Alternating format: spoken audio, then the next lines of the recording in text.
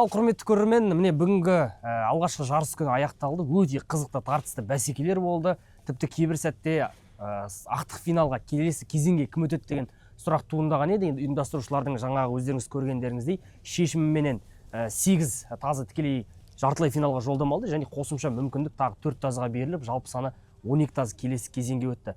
Қазір енді менің қасымда осы жарыстың ұйымдастырушысы Азат мырза отыр. Сонымен қатар жартылай финалға жолдама алған барлық қатысушыларды шамамыз келгенше осында шақырдық. Енді бұдан бөлек те қатысушылар бар, дегенмен осы үздіктердің үздігін сөзге тартып көрейік деген ойымыз бар. Азат мырза, енді өзіңіз алғашқы жарыс күнін бір екі ауыз сөзбен қорытындылап жіберсеңіз. Жарыс жалпы жақсы өтіп жатыр деп ойлаймын, өз ойым. Жігіттер енді өзі айта жатады, өз бағасын жаңағы жігіттер халық береді дейді ғой. Жалпы бәрі әділ болды деп есептеймін. Өзім ойлаған тазы, рейтинг дейді кішігірім. Рейтингта жоғары тұрған тазылар әр топқа бөлініп, сол топтардан шоқтығы сәл биіктеу тазылар шықты деп ойлаймын. Сол себепті енді бір үйден екі тазы шығып атқанында жай табылып жатыр.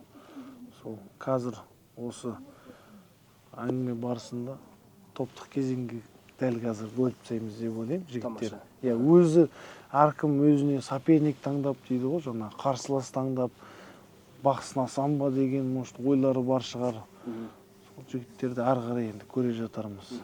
Енді мынау жаңа тілге тиек етіп қалған бір әңгіме, бір үйден екі бірдей тазысы келесі кезеңге шығып отырған азамат бар, Нұрғали Нұрышев. Алматы қаласынан келіп отқан, Алатаудың бөктерінен келіп отқан екі бірдей тазысы. Жалпы өзіңізге іріктеу бәсекелері қалай болды? Мынау енді бір облыстан келіп шыққандар бөлек та, бір үйден келіп екі тазы шығару деген бұл екі саятшының бірінің қолынан келетін дүние емес. Иә, өте орынды сұрақтар қойып отыр. Ассалаумағалейкум қазақ елі. Бүгін Аллаға шүкір жарыстың бірінші күні өте керемет деңгейде өтті.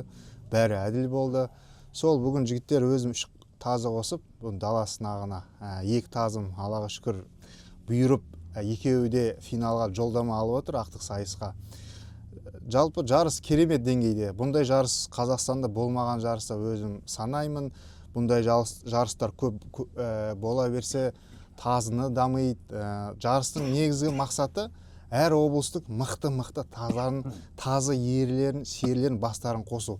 Бұл жерде біз жарысамыз, жарыстан бөлек бір үйде ой бөлісіп, бір-біріміздің жаңағыдай тәжірибе алмасып, кімде қандай тазы, кім қандай мақсатта, қандай жаңағыдай сүйек ұзаққа, қысқа дистанцияға жүгірту мақсатта біз ой бөлісіп, бір-біріміз тәжірибемізді бөлісіп отырмыз. Жарыс өте жоғары деңгейде, бұндай жарыс болмады деп қайтып айтып өтем.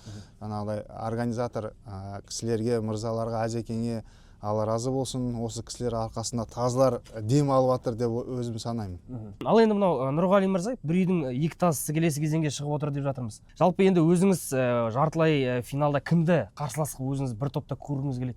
Осының тазысымен бір сынасып көрсем дейтін тазыңыз бар ма? Бәлкім ұйымдастырушылар отыр, мүмкіндік беріп, сол тазымен бір топқа түсірер. Иә, өте дұрыс сұрақ. Мен жалпы кез келген тазға, жаңа полуфинал дейміз, жартылай финалға кез келген тазы мен бәйгеге, бәсекелеске түсуге дайынмын.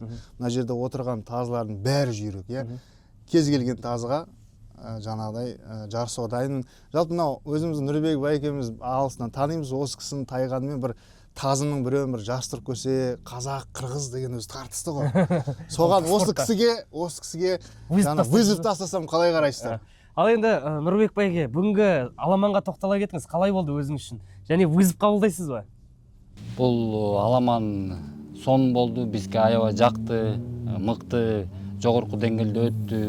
Мындай аламан, мындай жарыш болған емес, біз көрген емеспіз. Көріп, ұшу қазақ елінен мына Азат бауырым ұйыштырып атқан сынақтан біз тәжірибе алабыз. Бұйырса, мындай сынақтарды да қылғанға әрекет қылабыз. Нұрғали вызов тастаса принимать етеміз? Еш еме жоқ. Бұл жерде елдің аузына жалпы бізде мынандай ғой, қазақтың жаңағыда жарғақ құлағы бар, шашақ құлағы бар. Міне қараңыз, бізде шашақ құлақ. Жаңа Нұрбек байкеден басқа мынау сол жағымда отырған жарғақ құлақтың Ақтөбенің, мен өзім мынау айқас-айқасты көп естимін да. Осы айқастың балалары отыр. Көп. Сол Нұрбек байкенің бір тайғанымен мынау бауырымыздың бір жаңа жарғақ құлағына мен жарыстырсақ деген. Мына жер бір андай не дейді, трэшток болып жатқан сияқты. Ал енді Бұған не деп жауап бересіз? Сіздің жарақ құлағыңызды жеңем деп сенімді отыр. Келесі кезеңге жартылай финалға шығып, осылардан бірден финалға шықсам деген жоспар ғой мынау, былай қарасақ. Әрине, жақсы, бәрі әдемі, дұрыс сайыс болып бір-бірімен тартысты болғаны өте жақсы. Ешқандай несі жоқ, қабылдаймыз, жарысамыз. Бәрін осы жарысу осылай келіп, жарысу үшін келіп тұр. Қуаныштымыз осындай вызов ұстап отқанына. Енді даусыңыз қатты естілді кәдімгі, сөзіңіз аузыңыз. Даусыңыз қатты естілді. Мына сіздің даусыңызды естігенде соңында бір келе жатқан айқас алдыға қарай ұмтылғандай болып көрінді. Бүгін күн жағына Ақтөбеге дейін жетті ау даусыңыз. Күн жағына тартысты бәсеке болды. Содан итімізді қолдаймыз деп, барынша атын айтып, еркелетіп.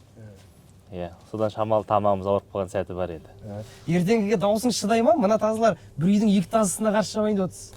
Сол бүгін түн емес, сол дауысты дейін деп шығамыз ау. Итпен бірге ме? Итпен бірге. Нұрғали, айтар сөзіңіз бар сияқты. Айтар сөзім жалпы енді бүгінгі аңшылықтың өзіме әсер, эмоция дейді ғой. Өмір өзі жаңағыдай бір эмоциядан тұрады ғой. Бүгінгі мысалы жаңағыдай дала сынағының бір ерекше бір қасиеті. Мысалы біз шырғаға барамыз, шырға жарысына барамыз. Бүгін далада жүрген аңшылықтың иісі маған келді. Біз бұл жерде далада жүріп, өзінің эмоцияға беріп, тазының атын айқайлап, кәдімгі бір анау елік қуған кезде, қоян қуған кезде айқайлайсың ғой. Бүгінгі жарыстың эмоциясы қазіргі аңшылықта болғандай сезімге бөлініп, бұл ерекше болды. Бұндай мынау жаңағыда қарап отыр ғой, аға бауырларымыз бар, кейінгі буындар бар. Бұндай жарыстарға келіп, қатысып, тазы баққаннан кейін әркім өзінің тасы өзіне жүйрік қой. Мықтылармен сайысқа түскен кезде шын жүйрікті болады. Біз әр адам өзінің ауылында, өзінің қаласында өзі бір 20 тазымен жарыстарды, ол болмайды. Ішінде жүйрік болсаң, басқа жаңағыдай халықаралық деңгейде, мысалы мен Нұрбек Байкеге вызов тастап атқан себебім, бұл оның тасын жаман деп атқан жоқ, халықаралық деңгейде бір тартыс болмаса тазы дамымайды. Екі жүйрік тазы басын қосқан кезде, ол мысалы мынау бауырымыздың тазы ертең мен тазым осып кетсе болды, мен қолын алып, сізден бір күшік бұйырса деп. Ары қарай бұл біздің достыққа әсер етеді. Әзекең мырзаның жарысының мақсаты, біз 2 күн үйде отырдық, әрбір өзінің жарысының өз философиясы бар. Сол философия қарап отқанда біз бір-біріміздің тәжірибеміз бөлісіп, бірімізден күшіп алып, ары қарай дамытып отыр. Енді мына жақта бір үйдің қоссасы өтті дедік. Мынау бір аймақтан 2 тазы келіп, 100%-ық нәтиже деп айтсақ қателеспейміз. 2 тазысы келіп, екеуі де плей-офф сатысына жолдамаған, жартылай финалда өнер көрсететін. Жалпы сөзімді ойлаймын. Бұл жерде көп жігіттер енді, шынымды айтсам енді, Нұрғали да біледі, көбісі енді Нұрғали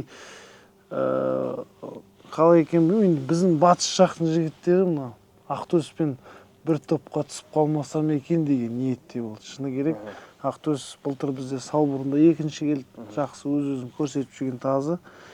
Және Көкшоқай финалдағы. Біздің Ақмола облысы, солтүстік Қазақстанның тазылар Көкшоқаймен бір топқа түскісі келмейді, шыны керек. Сол фаворит өз-өзін, 2 фаворит та өз-өзін дәлелетті деп ойлаймын мен, екеуін 2 топқа лақтырған себебім. Нұржан бауырымыздың енді айтары бар шығар жалпы. Ассаламу алейкум, қазақ елі. Армысыздар, осындай жарыстың төріне, жарыстың бір ақтықсынына өтіп атқан жайымыз бар екен. Енді кешеден бері айтып жатыр ғой, басты фаворит мен деп. Жалпы мен де өзім білдім. Оған өзім тазыма күмән жоқ. Мен ақтықсынға өтеді дегенде ондай бір уайым дегенде еш нәрсе болған жоқ. Өзіме сенімді болдым, өйткені өзімнің тазым деңгейін білемін. Содан көп байқадым өзім, жалпы тазылардың бәрі менен шама келсе қашатын ба? Қашып, басқа топтарға кіріп, ақтық мәреге жетіп алсам дегендей. Оның бірі Нұрғали бауырым деп біліп тұрмын. Неге десеңіздер, қашқан секілді болып тұр. Алатаудың ар жағында қырғызбен жарысам деп отыр. Алатауды нағыласың, үйдің жанында тұрғанда батыспен жарысайсың. Біз бұл жерде мен финалда кездесейік. Жоқ, финалда жоқ. Осы 3 тазын, тағы да бір тазын осы бауырымның, Нұржан бауырымның тасын қосайық. Жігіттер, бұйырса енді ертеңгі жартылай финалды сайыста сәттілік тілейміз. Елдеріңізге, ауылдарыңызға, мекендеріңізге жеңістің желбіретіп қайтыңыздар. Барлығыңызға тілекшімізді ешкімді бөліп жармаймыз. Ең бастысы Азат мырза айтып кетті, жаңа осы дала сынағының басты ұстанып отқан философиясы, құндылығы бұл қазақы асыл тұқымды тазыны көбейту, бір-бірімізден тәжірибе алмасу, күшік алмасу, сол арқылы бір-біріміздің насихатымызды арттырып, ең басты үлкен бір ауызбіршілік ұйым құрып, сондай бір жақсы игі мақсатта ортақ мүдде жолында қызмет жасау деді. Сәттілік тілейміз бұйырса ертеңгі ұйымдастырушыларға да. Құрметті көрермен, ардақты ағайын, бүгінгі іріктеу бәсекелері осымен тәмам. Ертең дәл осы іріктеу бәсекелері өткен жерде финалдық сайыс өткіземіз, жартылай финалдық бәсекелер болады және дәл ертең алғаш рет ұйымдастырылып отырған халықаралық деңгейдегі 1000-нан бір жүйрік дала сынағының тазысын үздігін анықтаймыз. Ендеше бізбен бірге болыңыздар.